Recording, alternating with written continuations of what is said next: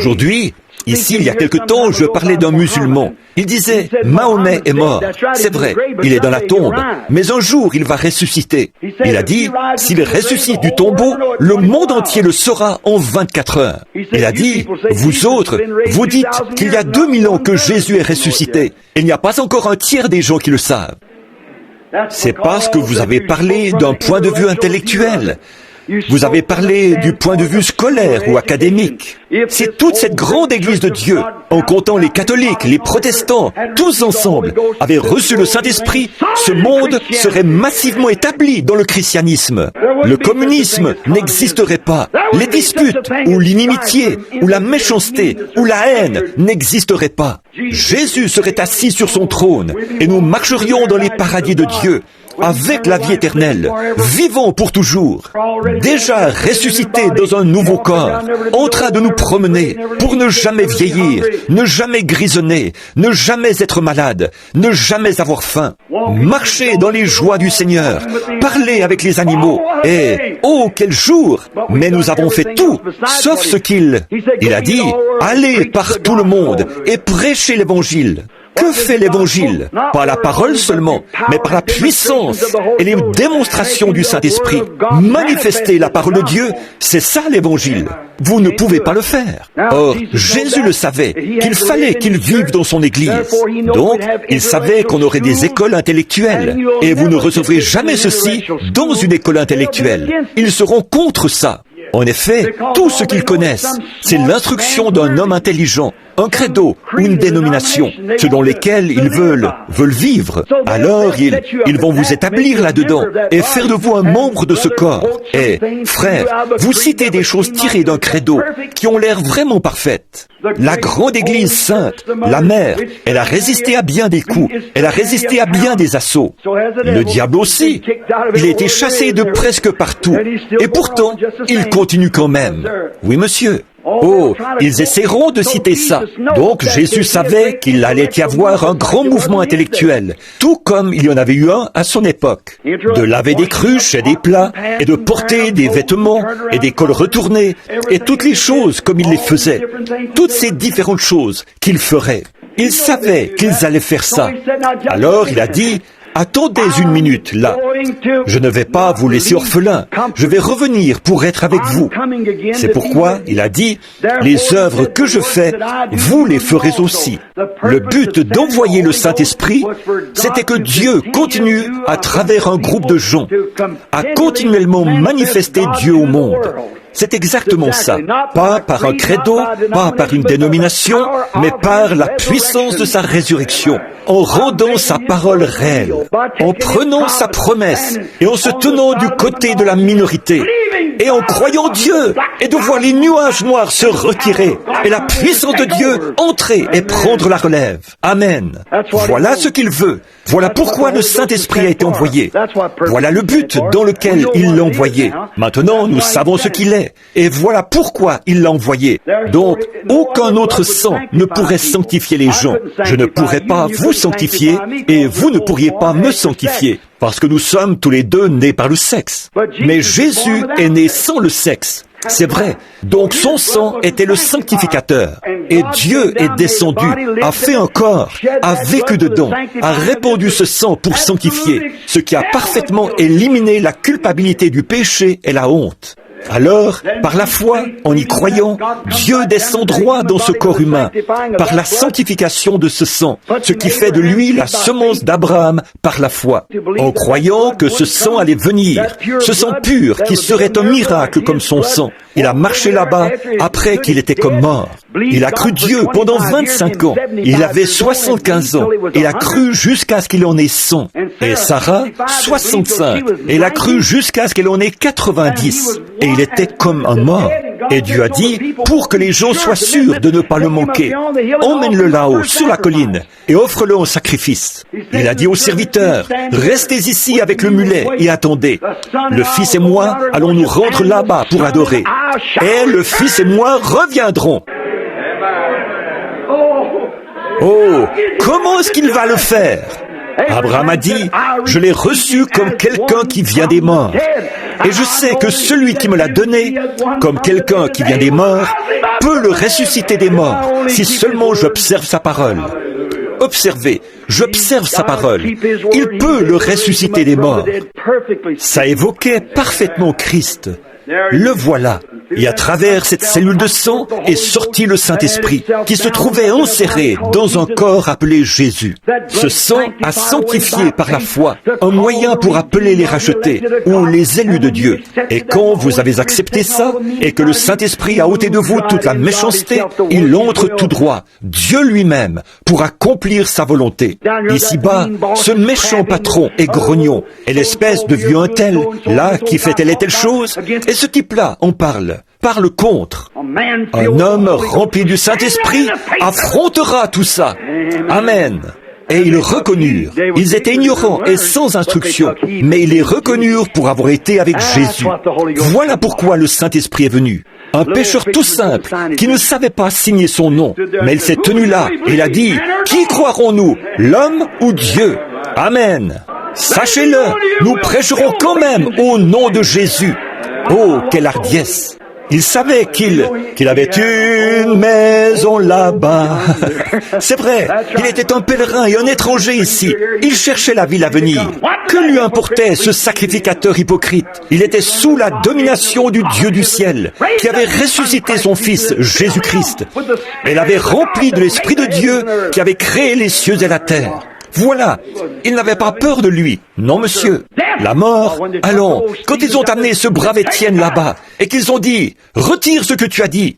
Il a dit, hommes au cou raide, et incirconcis de cœur et d'oreille, vous vous opposez toujours au Saint-Esprit. Ce que vos pères ont fait, vous le faites aussi. Ils ont dit, nous allons te battre à mort. Il a dit, vous ne pourriez pas faire ça. Quand même vous. Nous allons te montrer si nous allons le faire ou non. Ils ont pris des grosses pierres et se sont mis à lui frapper la tête. Il a levé les yeux et il a dit, je vois les cieux ouverts. Je vois l'échelle qui descend. Je vois Jésus debout à la droite de sa majesté. Et la Bible ne dit pas qu'il est mort. Il s'est endormi. Oh là là, je peux voir un ange descendre, le prendre et le bercer comme un bébé, une mère, jusqu'à ce qu'il s'endorme. Oh là là, bien sûr. Voilà le but du Saint-Esprit. Voilà pourquoi Dieu a envoyé le Saint-Esprit.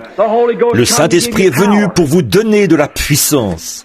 J'ai d'autres passages de l'Écriture ici, juste un instant. Le Saint-Esprit est venu pour vous donner de la puissance. Vous pourrez trouver celui-là. Je suis vraiment trop parti ce soir. Vous donnez de la puissance dans la prière. Prenez une personne qui a vécu une bonne vie. Seulement, ils sont toujours vaincus. Oh, je vous dis, une brave personne. Oh, bien sûr, j'aime le Seigneur, frère Branham. Toujours vaincu. Ils n'obtiennent jamais la réponse à une prière. Remplissez une fois cette petite femme du Saint-Esprit. Observez ce qui se produit. Quand elle va devant Dieu, elle n'est pas vaincue. Elle s'approche avec hardiesse du trône de Dieu, en croyant. Elle y a droit, parce qu'elle est une fille de Dieu, par une naissance.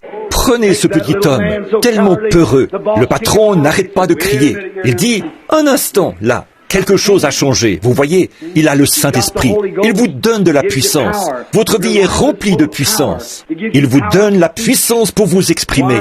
Oh là là. Mais ces gens qui avaient peur, quand ils se tenaient là dehors, Pierre, Jacques, Jean, Luc et tous les autres, ils étaient allés dans la chambre haute en disant, oh, nous ne pouvons plus rien dire. Regardez là, voilà le docteur un tel et un tel là-bas. Voilà le rabbin un tel et un tel. Vous savez, il a 4 diplômes universitaires. Comment est-ce qu'on pourrait jamais lui tenir tête? Pierre disait, oh, je me rappelle que j'ai vendu du poisson à cet homme-là un jour. Il parlait et je ne savais même pas de quoi il parlait. Oh, je ne pourrais jamais lui tenir tête. Mais que pouvons-nous faire, frère? Il a dit, attendez. Eh bien, ça fait déjà 4 jours qu'on est ici. Continue d'attendre, c'est tout. Combien de temps? Jusqu'à ce que... Eh bien, est-ce qu'il a dit que ce serait le 5e jour? Il n'a pas dit combien de temps. Il a dit jusqu'à ce que... Eh bien, ils ont continué à attendre, c'est tout. Combien de temps? Jusqu'à ce que... 8 jours ont passé. Jusqu'à ce que... 9 jours ont passé. Jusqu'à ce que... Finalement, le jour de la Pentecôte, ils étaient tous dans le même lieu, d'un même accord. Dieu avait été au-dessus d'eux dans une nuée ardente. Dieu avait marché avec eux sur la terre. Maintenant, il allait se produire autre chose. Quelque chose est sur le point d'arriver. Ils étaient tous dans le même lieu, d'un même accord. Tout à coup, il vint du ciel un bruit comme d'un vent impétueux, et il remplit toute la pièce où ils étaient assis. Des langues séparées se posèrent sur eux. C'est quoi séparer? Partager, comme des balbutiements. Est-ce que vous avez déjà entendu quelqu'un balbutier? Ils font vous voyez, ils ne peuvent rien dire. Séparer, partager, comme un pied fourchu. Ça veut dire quelque chose de séparé, partagé. Ils ne parlaient pas, ils ne baragouinaient pas, ils ne faisaient rien d'autre que de faire du bruit. Des langues séparées se sont posées sur eux, comme si c'était du feu. Oh, ils ne pouvaient pas se contenir. Et ils furent tous remplis du Saint-Esprit. Ensuite, qu'est-ce qui s'est passé? Les voilà sortis dans la rue. Où est ce rabbin Jones? Où est ce type-là? Et où est ce géant cérébral? Dieu était au-dessus de nous avec Moïse, dans le buisson ardent. Il nous a nourris de manne, d'en haut. Il a marché avec nous pendant 3 ans et 6 mois, ici sur terre. Mais maintenant, il est en moi. Ce n'est pas moi qui parle, c'est lui. Je sais qui il est et je sais qui je suis. Ce n'est plus moi qui suis, c'est lui. Faites-le venir ici, homme d'Israël, et vous, qui séjournez en Judée. Sachez ceci, sachez et prêtez l'oreille à ma voix, vous, tous les prédicateurs et les rabbins. Oh là là, la puissance dans la parole. Oh, ces gens ne sont pas ivres. Ils prenaient la défense de cette petite minorité. 120 contre 10 000 ou plus. Ces gens ne sont pas ivres, comme vous le supposez, car c'est la 3e heure du jour. Je suis un prédicateur du plein évangile. Mais c'est ici ce dont il a été parlé par le prophète Joël. Dans les derniers jours, dit Dieu, je répandrai mon esprit sur toute chair. Vous avez vu Marie là-bas, en train de danser par l'esprit, de parler en langue et de faire ces choses bizarres? Sur toute chair et sur mes servantes, je répondrai de mon esprit. Je ferai paraître des signes en haut dans les cieux et en bas sur la terre, des colonnes de feu et des vapeurs de fumée. Dieu était dans son peuple alors. Amen. Mais bon, quel diplôme est-ce que tu as eu? D'où? De quelle école es-tu venu? Ça ne change rien en ce moment. Oh, il s'est mis à déverser l'écriture. David l'avait vu d'avance. Constamment le Seigneur devant moi ne serait point ébranlé. De plus, mon cœur fut dans la joie, et ma langue fut dans l'allégresse. Il n'abandonnera pas mon âme dans le séjour des morts, et ne permettra pas que son sein voie la corruption. Qu'il me soit permis de vous dire librement, au sujet du patriarche David, il est mort, qu'il a été enseveli, et que son sépulcre existe, aujourd'hui parmi nous.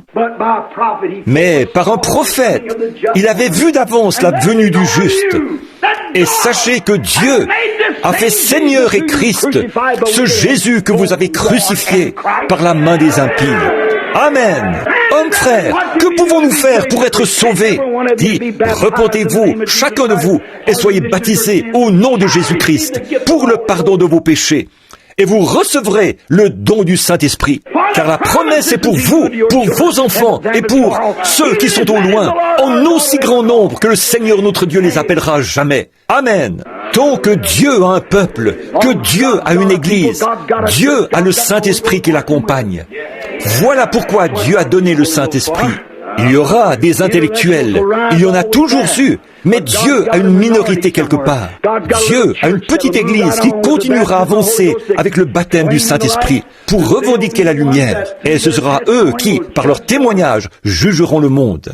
La Bible ne dit-elle pas que Jésus a dit « Heureux ceux qui ont le cœur pur, ils verront Dieu ». Et ne dit-elle pas que les justes, les saints, jugeront la terre? Bien sûr, votre témoignage aujourd'hui amènera le jugement contre cette ville-ci.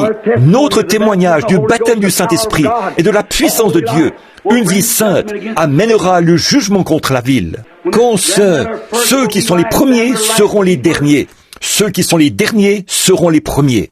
Je ne saurai rien de Sankey et de Moody dans leur résurrection à eux. Eux ne sauront rien de moi dans celle-ci. Mais je me tiendrai dans celle-ci pour rendre témoignage. Vous aussi. Et en faisant ça, en répandant votre lumière et le baptême du Saint-Esprit, et par les vies que vous avez vécues, et les choses que Dieu a faites pour prouver qu'il agit ici. Et, avec leur intellect, ils s'en sont éloignés. Ils seront jugés par les saints. Ils sont déjà jugés. Ils l'ont déjà passé. Oh là là!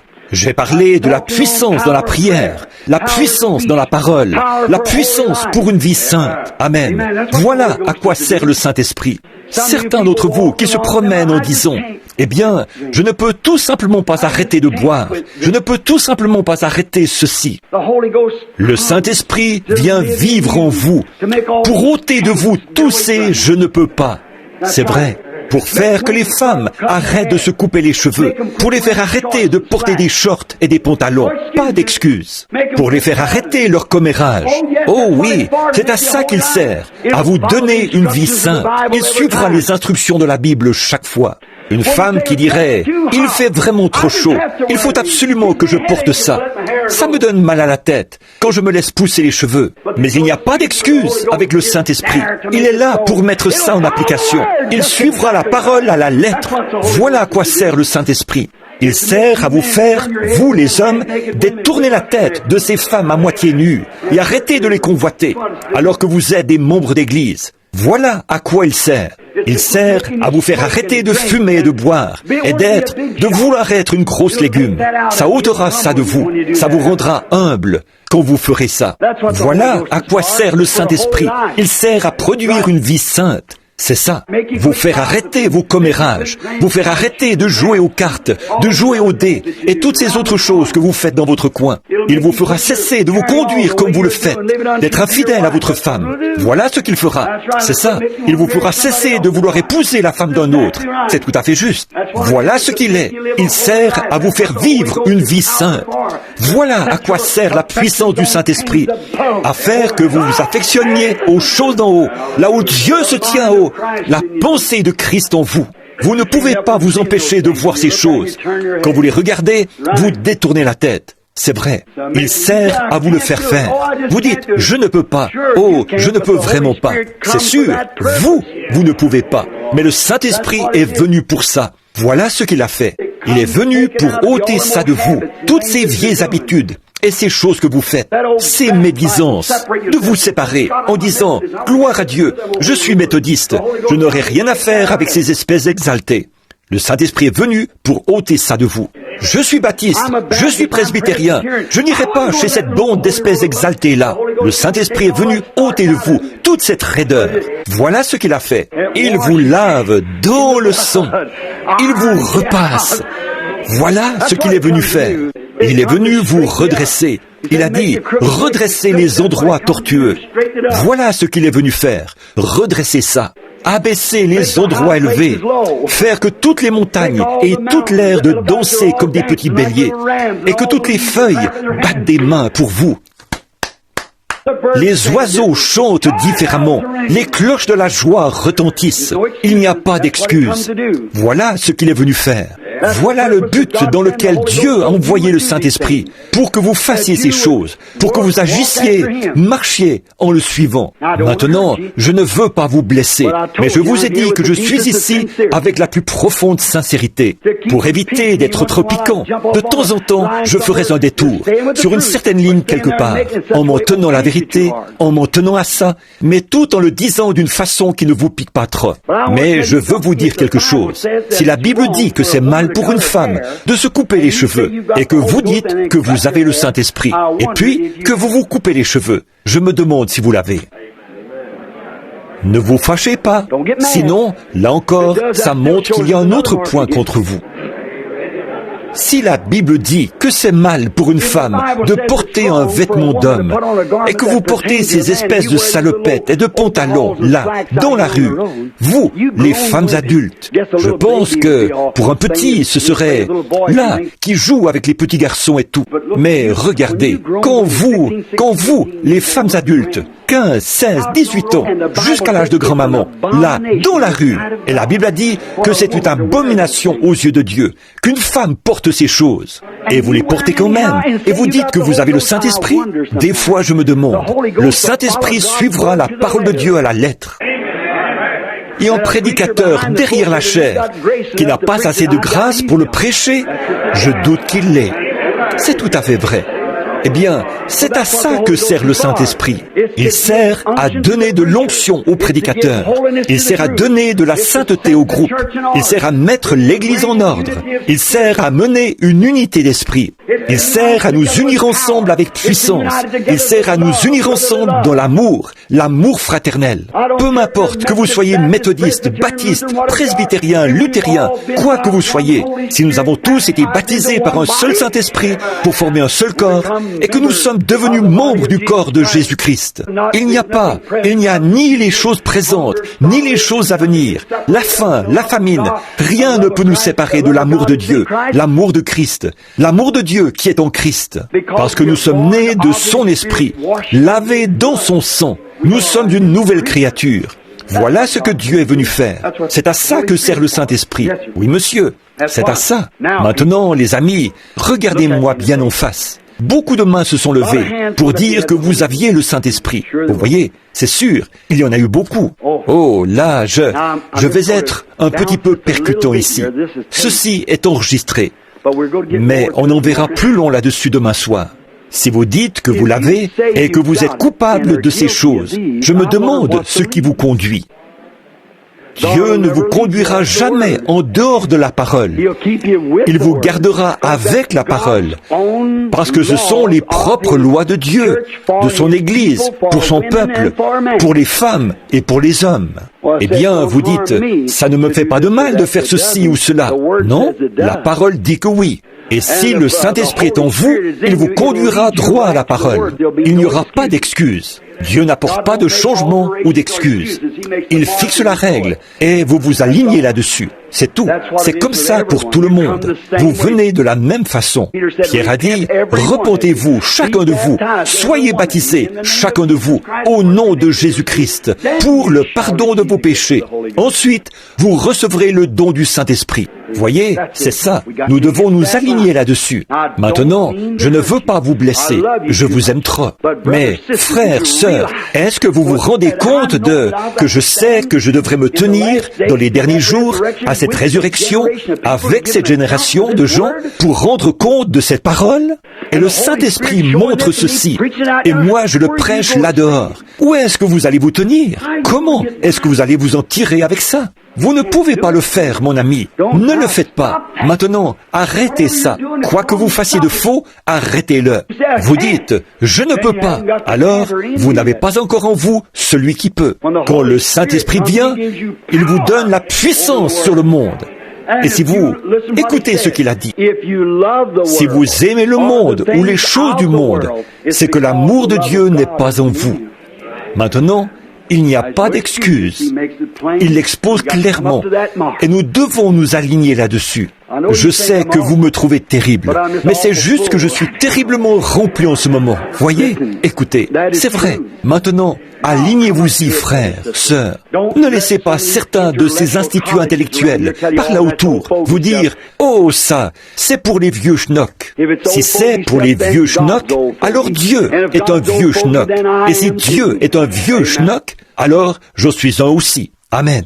Je veux être comme lui. Pourquoi? Son esprit est en moi, qui a faim et soif, qui appelle tout ce qui est contraire à la parole. Si les gens disent, il n'y a rien de mal à, si un homme joue un peu aux cartes pour s'amuser, et qu'il joue juste pour 1 ou 2 pièces de 5 cents, il n'y a rien de mal à ça. Dieu dit que si. Si on boit juste un petit verre en société, et qu'on se grise juste un petit peu, de temps en temps, mais Dieu a dit, malheur à lui. Vous dites, ça ne fait rien, frère Branham. Je me coupe les cheveux pour une bonne cause. Une femme, vous savez, toutes les autres femmes le font. Peu m'importe ce que les autres femmes font. Elles ne sont pas votre exemple, ou elles ne sont pas le patron chez vous. Si vous avez le Saint-Esprit en vous, vous suivrez ses instructions. Peu importe ce que les gens disent de vous. Eh bien, frère Branham, il fait tellement chaud, et il faut vraiment que je porte tel et tel petit vêtement là. L'enfer est plus chaud que ça, chère sœur, je vous le dis, et souvenez-vous de ça. Et le Saint-Esprit vous conduira toujours à la vérité. Et sa vérité est la parole. Ma parole est la vérité. Que toute parole d'homme soit un mensonge, mais que la mienne soit vraie. Et pensez-y seulement, une abomination. Pourriez-vous vous imaginer? C'est un mot terrible à dire pour un prédicateur, mais je suis allé dans les toilettes de certains endroits où c'était vraiment, on était presque obligé de ressortir, tellement c'était, et des choses sales sur les murs. Je me suis dit, comment est-ce possible que des gens soient si dégradés? Et la puanteur. Et en entrant dans ces endroits-là, je me suis souvent dit, quelle puanteur! Là-dedans, je me pinçais le nez comme ça, pour me laver les mains. J'avais peur que, quand je retoucherais la poignée de la porte, il y ait des microbes vénériens et tout. Et je me disais, oh, un jour, j'étais dans un aéroport, et je suis entré dans un de ces endroits-là, ou dans une gare, et je suis entré là-dedans. Et je me suis dit, oh, miséricorde! Et quelque chose m'a dit, voilà quelle est l'odeur du monde pour Dieu! C'est une abomination! Je me suis dit, quand je vois une femme qui marche dans la rue, toute moulée comme ça, et qui porte des vêtements d'homme, voilà de quoi ça a l'air, pour Dieu. C'est une abomination, quelque chose de dégoûtant et de puant devant Dieu. Pourtant, elle ira à l'église le dimanche, toute décorée. Un homme s'en ira par là, il va boire, il va tricher, et aimer l'argent, et duper son voisin, et tout le reste, pour avoir un peu plus d'argent. Et faire ces choses, et jouer à des jeux d'argent, et fumer, et boire, et mentir, et ensuite aller à l'église et témoigner. Abomination, souillure, ça, c'est l'église intellectuelle. Ils disent, eh bien, je suis membre de l'église. Oui, et il faut donner un quart d'heure à l'assemblée, un quart d'heure pour que les diacres et tous les autres puissent sortir fumer, et le pasteur aussi, avant de pouvoir retourner faire la réunion. Dites-moi donc, séparez-vous de tout ce qui est impur, souillez le corps, je le détruirai. Dieu a dit qu'il le ferait. Et aujourd'hui, par le cancer, c'est 90 et quelques % des morts, par le cancer de la gorge et du poumon, qui sont causés par la cigarette. Souillez le corps, je le détruirai. Mais ils sont tellement en route pour l'enfer, ils continuent à ce train-là, ils ne le savent pas. Et derrière la chair, il y a un prédicateur qui a 4 diplômes de l'université, et il fume lui-même. Je vais vous dire quelque chose, frère. Le Saint-Esprit a été envoyé pour appeler des hommes et des femmes à sortir de ça. Séparez-vous. Le mot église veut dire être séparé. Sortez du milieu d'eux, dit la Bible. Ne touchez pas à ce qui est souillé, et je vous accueillerai. Et vous serez des fils et des filles pour moi, et je serai Dieu pour vous. Oh là là, je ne veux pas être méchant, mais je veux être honnête et dire la vérité. Oui, monsieur. Oh, comme c'est horrible. Hommes et femmes, où est-ce que nous nous tenons aujourd'hui? Où est-ce que nous en sommes? Arrêtons-nous. L'autre soir, sur un genre de siège, là, dans la chambre, et je dois terminer, un genre de divan. Après avoir prié pendant 3 ou 4 jours, là, j'en suis arrivé à un point en tournant rond et en pensant, oh Dieu, et j'en suis arrivé à un point où je ne savais pas quoi faire. J'ai dit, oh Dieu, nous sommes au bout du chemin, et je me rends compte que j'ai négligé. J'ai eu des visites à faire, et j'étais fatigué, et je ne voulais pas les faire. Là, il m'a semblé que je voyais mon Seigneur, qui avançait en chancelant de l'obscurité, là-bas, quand il était tellement fatigué, qu'il pouvait à peine mettre un pied devant l'autre. Mais il n'était pas trop, il s'est arrêté pour la femme de Naïn, ensuite pour le garçon qu'on avait amené, qui était mort, si bien qu'il est allé toucher le cercueil et utiliser le peu de force qu'il avait pour ressusciter ce garçon. Eh bien, comment se fait-il que je suis fatigué? Qu'est-ce qui ne va pas avec moi, Seigneur? Voilà que je me dis, eh bien, je me fais vieux, je ne peux pas le faire. Moïse était là, le même Dieu que je sers. Il s'est tenu là, à l'âge de 120 ans. Caleb était là, il s'est tenu à l'âge de 90 ans, avec une épée à la main. Il a dit, Josué a mis cette épée dans ma main, il y a 40 ans. Là, il en avait 80. Il a dit, je suis un homme aussi capable aujourd'hui qu'autrefois. Amen. J'ai dit, ô Dieu, sois miséricordieux envers moi. J'ai dit, eh bien, écoute, je suis toujours en train de... Et j'ai pris ma femme, là, au fond, par la main, au-dessus de cette Bible et de sa petite Bible à elle. Et j'ai dit, chérie, j'ai été trop négatif. Le Saint-Esprit me condamne au-dedans de moi. J'ai dit, je repense à ces écureuils là-bas. Je repense à Hetty Wright là-bas. Et au petit garçon, je repense à ce que Dieu a fait pour montrer qu'il était Dieu, qui pouvait créer. Alléluia! Je me suis dit, il m'a dit ça il y a des années. Je ne te délaisserai pas, je ne t'abandonnerai jamais. Aucun homme ne te résistera. Tous les jours de ta vie, je serai avec toi. Et à partir de cette main de discernement, il arrivera que tu connaîtras le secret du cœur. Ensuite, ça montera de plus en plus haut. L'année suivante, ça s'est avéré parfaitement, tout autour du monde. Voilà que ceci est arrivé, cet autre ministère glorieux qui le dépassait de loin.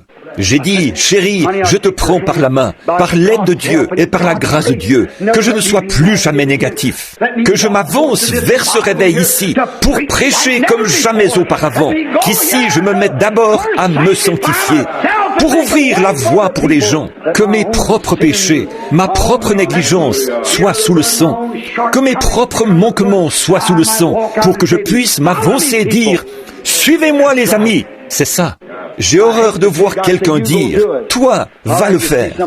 J'aime voir quelqu'un qui montre l'exemple. Oui, monsieur.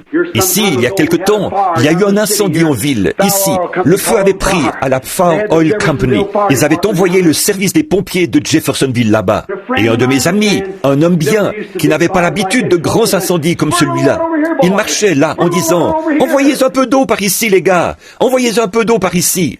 Voilà la petite troupe de Clarksville là-bas qui arrive. Ding, ding, ding, ding. Ils accouraient. Et il disait, le capitaine des pompiers descendu d'un bond, il disait, envoyez un peu d'eau par ici, défoncez cette fenêtre-ci, envoyez un peu d'eau là.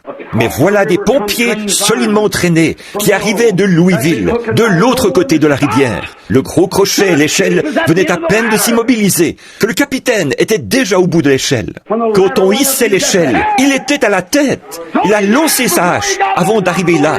Il a défoncé la fenêtre. Il a dit, venez les gars. C'est ça, le feu s'est éteint en quelques minutes. Pas « envoyez un peu d'eau ici, envoyez un peu d'eau là ». Ça fait penser à certains de ces prédicateurs intellectuels. Venez avec moi, allons-y, je sais que c'est la vérité, j'ai goûté et vu. Gloire, le Saint-Esprit a raison, Dieu est bon. Pas « essayez ici, essayez là, entrons en lui, il est ici, c'est pour vous. Dieu a donné sa puissance à son Église. » Pas « d'en envoyer par ici et d'en envoyer. » Vous n'arriverez jamais à rien. Avancez en tête. Amen. Je ne vois même plus à travers. Amen. Qu'est-ce que nous allons faire? Chaque personne qui est assise ici est remplie de quelque chose. Ensuite, je terminerai. Il se peut que je sois forcé de le faire après ça. Vous êtes rempli de quelque chose. Vous ne pouvez pas être assis là sans être rempli de quelque chose. Vous avez une vie en vous. Cette vie vous gouverne, et cette vie est gouvernée par un esprit. Bon, vous pouvez être rempli du monde, aimant le monde ou les choses du monde. Que Dieu soit miséricordieux envers vous. Vous pouvez être rempli des credos d'une église, de quelques petites prières que vous récitez. Vous pensez que ce sera de prier à un mort, ou de faire un genre de signe sur vous. Que Dieu soit miséricordieux envers vous. Et vous pouvez être rempli de religion. Et ça, c'est encore pire. C'est vrai, c'est vrai.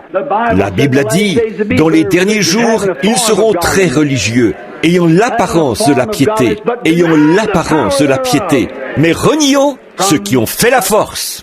Éloigne-toi de ces hommes-là. Si vous êtes rempli de religion, vous êtes malheureux.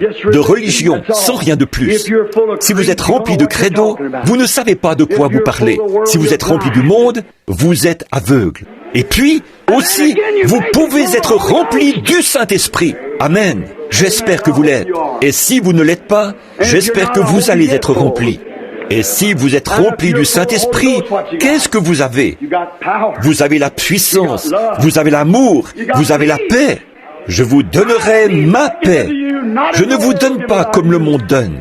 Vous avez la paix, vous êtes scellés, vous avez un signe. Amen. Vous avez le repos, vous avez une joie ineffable, glorieuse. Vous êtes ancrés. Oh là là, voilà ce que vous êtes avec le Saint-Esprit. Si vous avez été remplis du Saint-Esprit, vous êtes passés de la mort à la vie. Vous attendez la résurrection générale au dernier jour. Amen.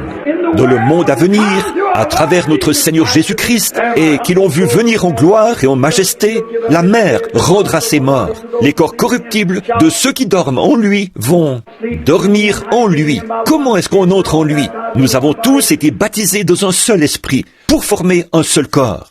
Les corps corruptibles de ceux qui dorment en lui seront transformés et rendus semblables au corps de sa gloire, par le pouvoir qu'il a de s'assujettir toutes choses. J'entendis du ciel une voix, a dit Jean, qui disait, « Écris, heureux les morts qui meurent dans le Seigneur. » Comment est-ce que vous allez entrer? Par un seul esprit, nous sommes baptisés pour former le corps. Qui meurent dans le Seigneur, dès à présent, car ils se reposent de leurs travaux et leurs œuvres les suivent. Voilà pourquoi il a envoyé le Saint-Esprit. Oh, assurance bénie, Jésus est mien. Je suis en lui et il est en moi. Le Père en lui et lui dans le Père. Et le Père en moi et moi en lui. Jésus est mien. Oh, quel avant-goût de la gloire divine. Je suis un héritier du salut, acquis par Dieu, né de son esprit, quand je fus lavé dans son sang.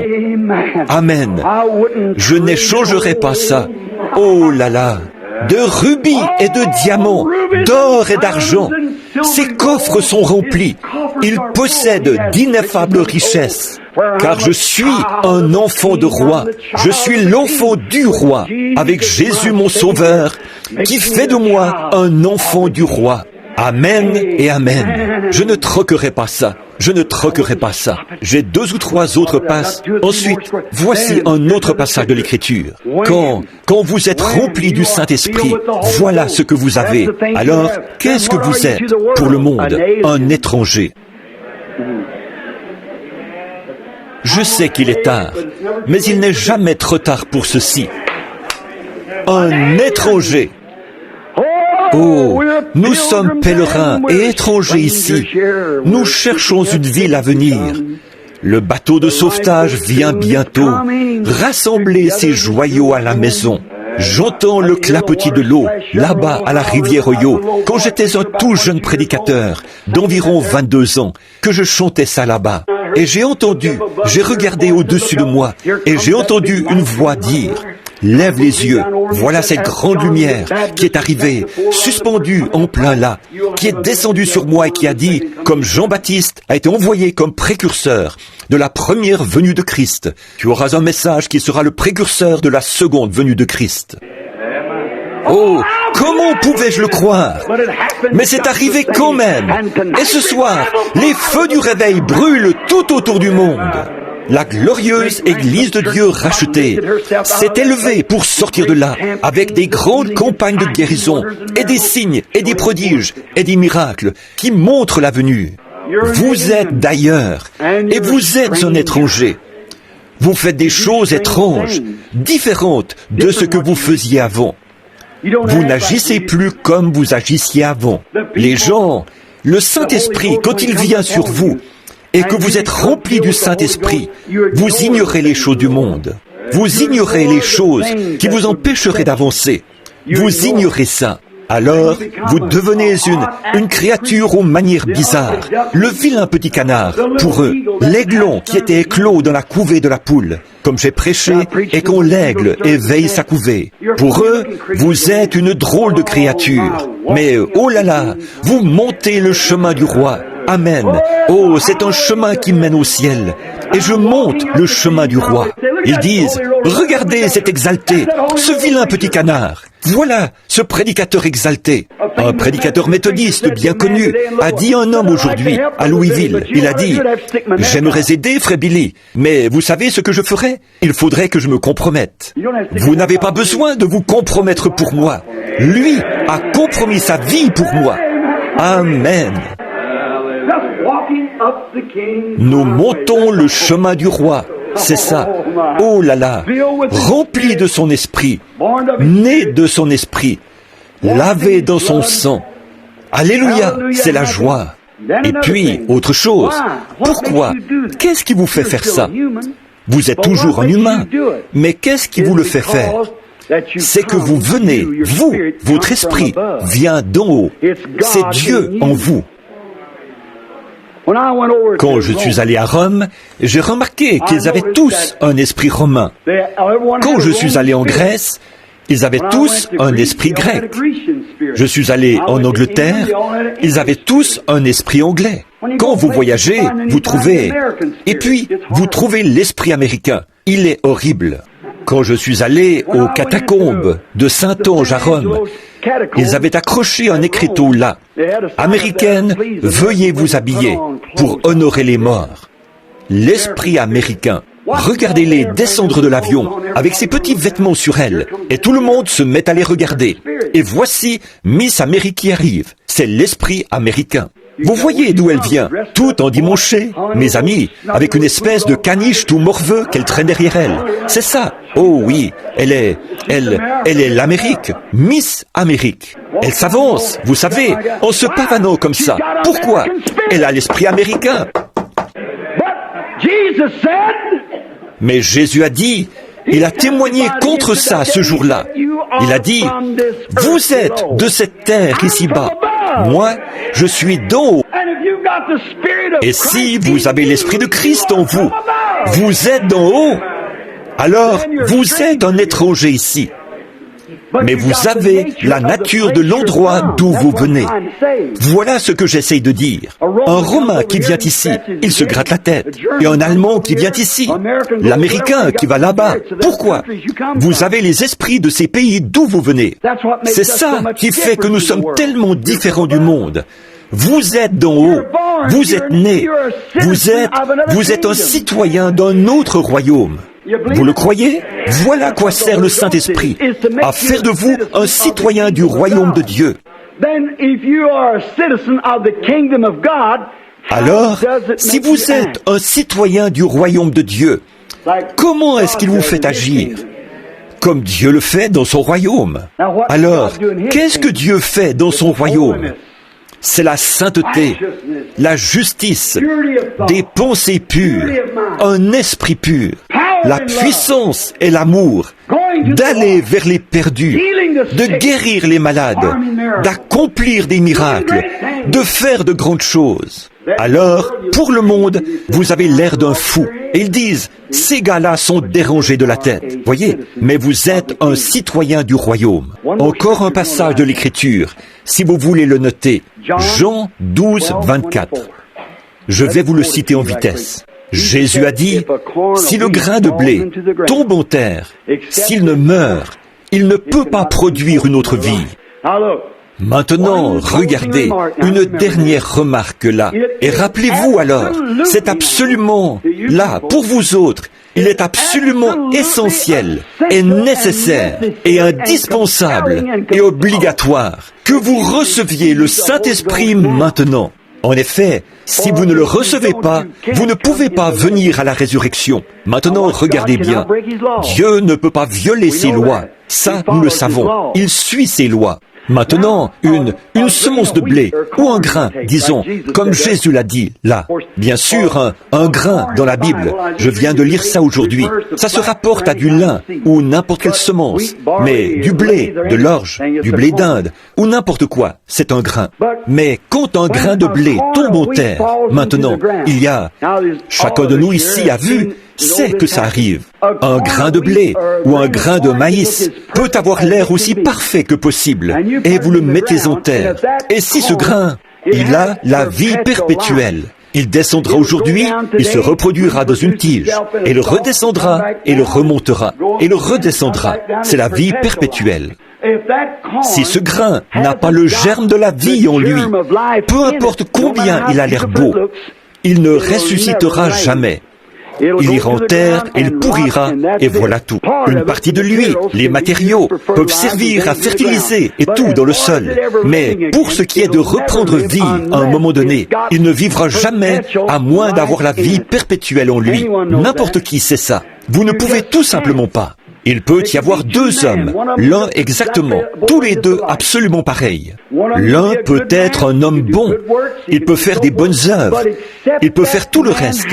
Mais si cet homme n'a pas la vie éternelle en lui, Il ne ressuscitera jamais à la résurrection. Il ne peut pas le faire. Il n'y a rien là qui puisse ressusciter. Il n'y a rien là qui puisse le faire se lever. Il n'y a pas de vie. Donc, vous voyez, mon cher frère, ma chère sœur, si un homme ne naît de nouveau, il ne peut aucunement revenir dans ce royaume. Il ne peut pas. Si ce grain de blé ne tombe en terre et ne meurt, il parlait de lui-même, mais il avait non pas la vie perpétuelle, il avait la vie éternelle. Et cette vie, il vous l'a donnée pour que vous ayez la même sorte de vie. Maintenant, si vous n'avez que la vie humaine qui vous permet de vous déplacer et de convoiter, celle qui vit dans les plaisirs est morte, quoique vivante. Vous ne pourrez pas ressusciter. Vous pouvez être la fille la plus populaire de l'école. Vous pouvez être la fille la plus populaire à la partie de cartes de votre association. Vous pouvez être la femme la mieux habillée du pays. Vous pouvez être la plus belle. Vous pouvez être la mieux faite. Vous pouvez être une idole pour votre mari. Vous pouvez être toutes ces choses, ce qui est merveilleux. Mes sœurs, à moins que vous ayez le Saint-Esprit en vous, qui est la vie éternelle, au bout de ce chemin, vous êtes finis. Et peu m'importe votre apparence, ou comment sont ces choses, ou combien vous êtes impopulaire ou populaire, combien belle ou combien laide, si vous avez la vie éternelle là-bas, vous vivrez au siècle des siècles.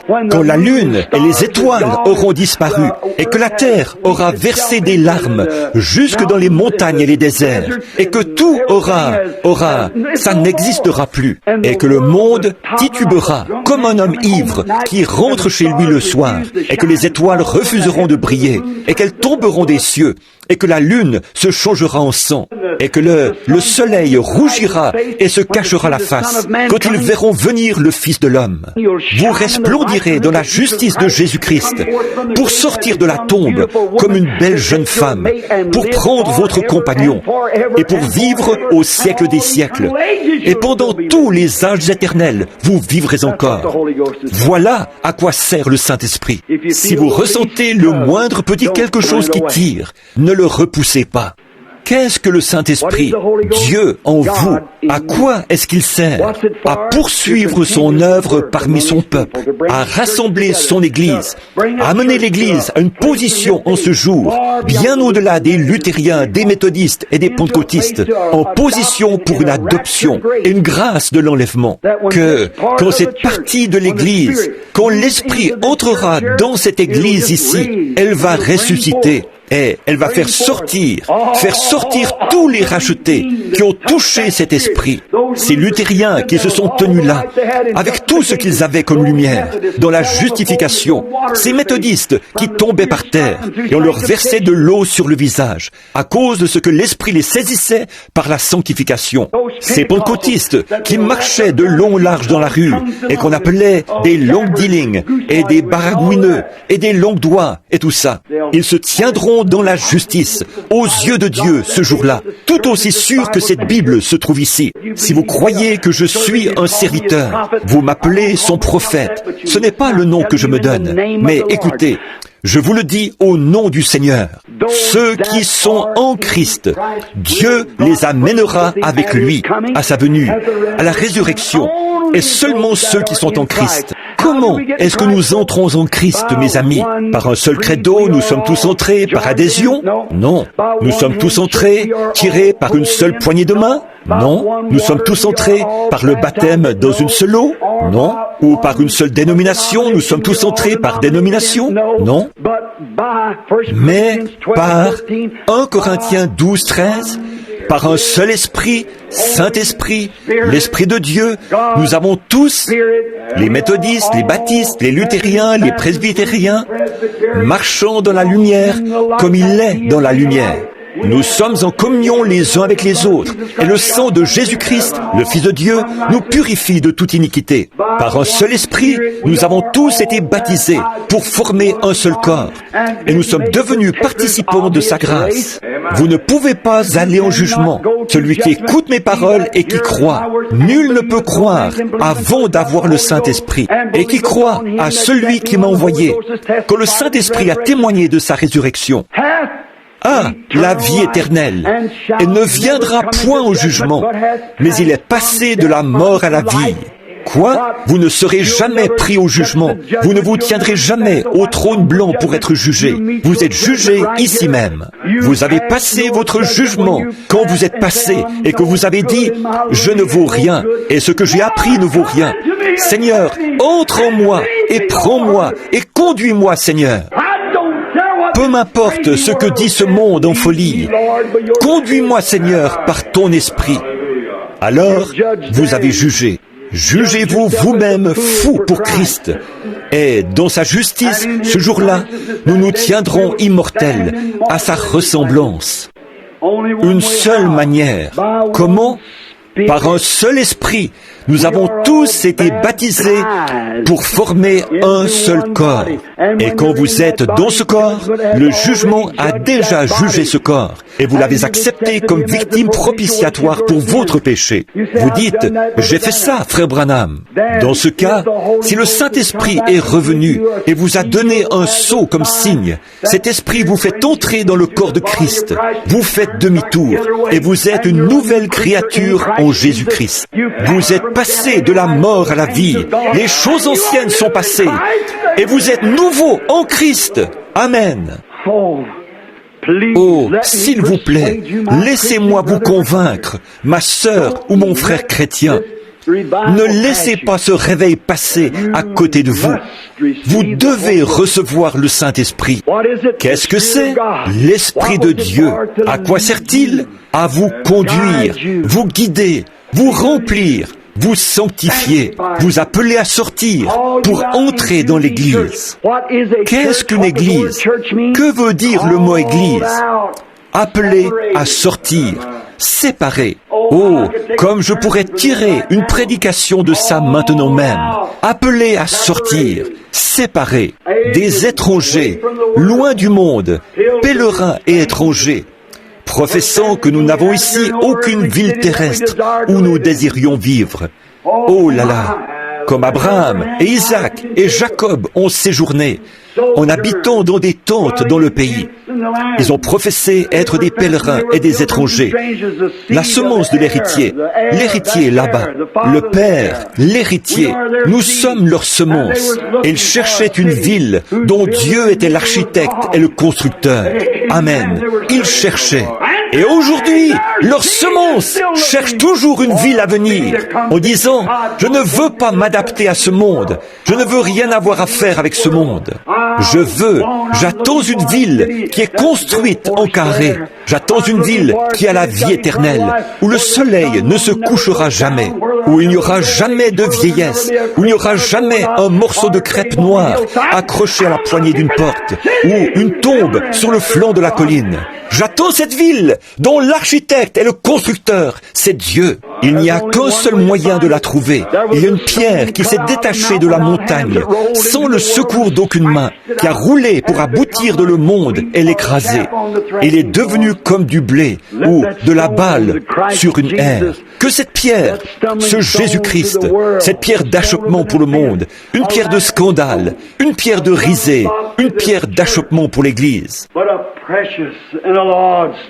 Mais une pierre précieuse, une pierre d'aimant pour le croyant, une pierre d'assurance, une pierre de repos. Oh là là, oh repos. Je sais que je suis passé de la mort à la vie. Mon âme est au repos. Oh, venez à moi, vous tous qui êtes fatigués et chargés, et je vous donnerai du repos pour votre âme. Un signe dont on dira du mal, a dit le prophète à Marie. Ce sera un signe, bien sûr que oui, mais ce sera une assurance. Ce sera un amour, ce sera une satisfaction, ce sera quelque chose qui vous fait savoir que vous êtes passé de la mort à la vie. Mon frère, ma sœur, comme votre frère, comme votre serviteur en Christ, laissez-moi vous convaincre de tout mon cœur. Ne laissez surtout pas ceci passer par-dessus votre tête, ou à côté de vous, ou en dessous de vous. Recevez-le dans votre cœur. et vous serez une personne heureuse sur la terre. Je ne vous promets pas que vous allez avoir $1 million. Non, monsieur. Frère Léo, je trouve qu'il y a trop eu de ces promesses-là. Des millions de dollars. Les choses qui ont été dites par différentes personnes. Si vous devenez chrétien, vous auriez $1 million et vous seriez un homme riche. Je ne vous promets rien. Je vous promets ceci. La seule chose que je puisse vous promettre, son salut. Sa grâce est suffisante pour chaque épreuve. Ceux qui étaient à la Pentecôte, ils ne voulaient même pas de ce qu'ils avaient. Alors, parler de millionnaires, ils ne voulaient pas de ce qu'ils avaient, Sir Angie. Je voudrais vous entendre chanter, vous et Gertie, un de ces jours. Où est-ce qu'elle est? La semaine du retour à la maison. Un de ces jours. Beaucoup d'entre eux ont déjà traversé la frontière depuis. Oh là là. Ils n'ont pas demandé de grandes choses. Ils n'ont pas demandé de l'argent. Allons, Pierre a dit, je n'ai ni argent ni or, mais ce que j'ai, je te le donne. Et c'est ce que je dis ce soir, mes amis. La joie, l'amour, l'assurance que j'ai de Christ et de sa résurrection. Ce que j'ai, je vous l'offre. Je vous l'offre à vous qui êtes les enfants de Dieu. Alors venez et restez à la croix si Dieu vous a appelé et ne vous relevez pas de là. Quand vous viendrez demain soir, venez soit pour entrer ici et rester jusqu'à la fin, ou avancez-vous et nous prierons et nous vous imposerons les mains. Allez, c'est l'ordre de la Bible, de leur imposer les mains pour le Saint-Esprit. Et puis nous allons, vous rentrerez chez vous. Si vous restez là, si vous restez toute la nuit, que vous restez le lendemain, que vous restez le surlendemain, que vous restez pendant toute la période des fêtes, que vous restez jusqu'au jour de l'an, et que vous restez encore, restez jusqu'à ce que, là, tout ce que nous enseignerons demain soir, en vous montrant dans la Bible ce qui doit venir, va venir. Et quand ça sera venu, alors il n'y a pas assez de démons dans les tourments. Vous savez que vous êtes passé de la mort à la vie. Vous êtes une nouvelle créature en Jésus-Christ. Les cloches de joie du ciel retentiront. Frère Otal, je vous le dis, ça vous enflamme vraiment. Voilà un brave gars assis ici, un brave frère à moi, qui était un gangster, qui s'en allait avec des revolvers à la ceinture, en cherchant un homme derrière le coin, quelqu'un à qui faire éclater la cervelle. Et qu'est-ce qui s'est passé? Un jour, il a regardé et il a cru en vue de recevoir la vie, et il a continué à marcher. Il suivait mes réunions, et le pauvre, il n'avait même pas de quoi manger. Il s'étendait pour dormir dans les buissons, à côté de la tente. Il avait faim et soif. Et un jour, le Saint-Esprit est venu. Oh mon frère, ça vous a changé, n'est-ce pas? Ça a apporté la vie et ça a enlevé la mort. La haine est partie et l'amour est entré. Oh là là, l'inimitié et l'esprit de dispute sont complètement partis. Une vie nouvelle est entrée. Regardez-en d'autres, et encore d'autres, et d'autres, et encore d'autres, et partout, là. Oh, les cloches de joie du ciel retentissent. Mes amis, il n'y a aucun moyen pour moi de l'exprimer. Écoutez, avant que je passe à autre chose, si vous avez cru mon témoignage en tant que serviteur de Christ, et j'ai essayé de vous montrer par la Bible de Dieu que c'est juste, et si mes paroles là-dessus ont l'air d'être un petit peu bizarres, regardez cette photo dans le monde scientifique. Observez le fruit de cette colonne de feu qui a conduit les enfants d'Israël. Observez le fruit qu'elle porte. Voyez ce qu'elle fait, ce qu'elle dit. Ce n'est pas moi qui parle, c'est lui qui parle à travers vous. Vous voyez, ce n'est pas moi qui vois la vision, c'est lui qui parle à travers vous. Ce n'est pas moi qui guéris les malades, c'est celui qui est en moi qui guérit les malades. Ce n'est pas moi qui prêche, je suis une poule mouillée, et je m'enfuirai rien qu'à l'idée, mais c'est lui qui parle à travers. Je ne connais pas la parole, mais lui la connaît. C'est ça, voilà ce que c'est. Et le voilà. Et ce même ange de Dieu est ici même, dans le bâtiment ce soir. Oh, comme je l'aime. Maintenant, combien veulent recevoir le Saint-Esprit? Faisons l'examen de nos vies. Combien ne l'ont pas reçu et veulent le faire? Levez la main, dites, Frère Branham, du fond de mon cœur, je veux recevoir le Saint-Esprit. Que Dieu vous bénisse partout. Combien d'entre vous qui l'avez reçu aimeraient aller comme ils l'ont fait dans Acte 4 et dire, Ô Seigneur, est étends ta main pour qu'il se fasse des guérisons, en montrant des signes et des prodiges, dans le nom de ton Saint-Fils Jésus. Et donne-moi une pleine assurance et de l'amour pour parler et un nouveau remplissage. Oui, voici la mienne aussi. Ô Dieu, donne-le-moi. Courbons la tête avec la plus profonde sincérité, chaque personne gardant son désir dans son cœur. Seigneur Jésus, nous terminons cette petite réunion ce soir, après avoir eu communion autour de la parole et du Saint-Esprit. Comme il nous a bénis et a déversé dans nos cœurs l'huile de sa parole. Il y a des prédicateurs, il y a ici des hommes qui menaient toutes sortes de vies, qui ont goûté et vu que le Seigneur est bon. Nous savons maintenant ce qu'est le Saint-Esprit, une promesse de Dieu. C'est la vie éternelle pour tous ceux qui croient. Et nous savons que le Saint-Esprit était l'Esprit de Jésus-Christ, qui a été envoyé de nouveau, et il est en nous aujourd'hui, comme Dieu était au-dessus de nous dans cette colonne de feu. Ensuite, il a marché avec nous dans un corps qui était appelé Emmanuel, Dieu avec nous. Et maintenant, il est en nous, par le Saint-Esprit, Dieu en nous. Oh, Jésus a dit, en ce jour-là, vous connaîtrez que je suis dans le Père, et que vous êtes en moi, et que je suis en vous. Vous le comprendrez ce jour-là. En effet, vous êtes maintenant dans un monde de ténèbres, pour ainsi dire. Mais ce jour-là, vous comprendrez. Père, on ne peut pas le rendre de façon claire et nette, parce qu'à ce moment-là, nous n'aurions rien en quoi voir la foi. Mais toutes les œuvres de Dieu sont gouvernées par la foi. Et par la foi dans ta parole, dans le signe du Saint-Esprit, dont nous savons maintenant ce qu'il est, je demande que toute âme affamée ici soit remplie du Saint-Esprit.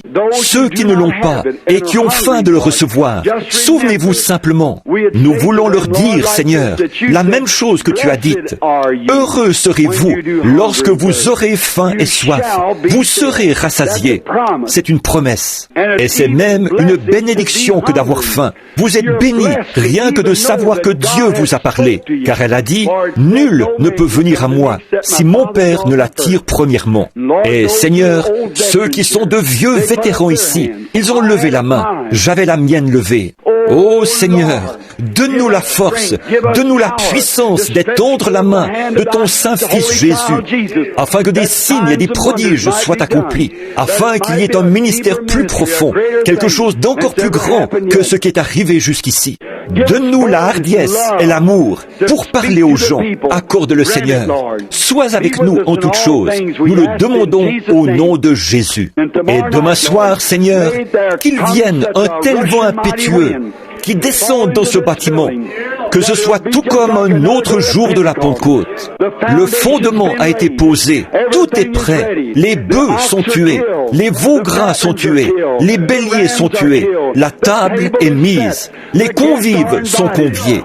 Ô Seigneur, envoie un jubilé de Pentecôte demain soir dans ce bâtiment et remplis chaque âme du baptême du Saint-Esprit. Accorde-le, Père. Nous le demandons au nom de Jésus. Amen.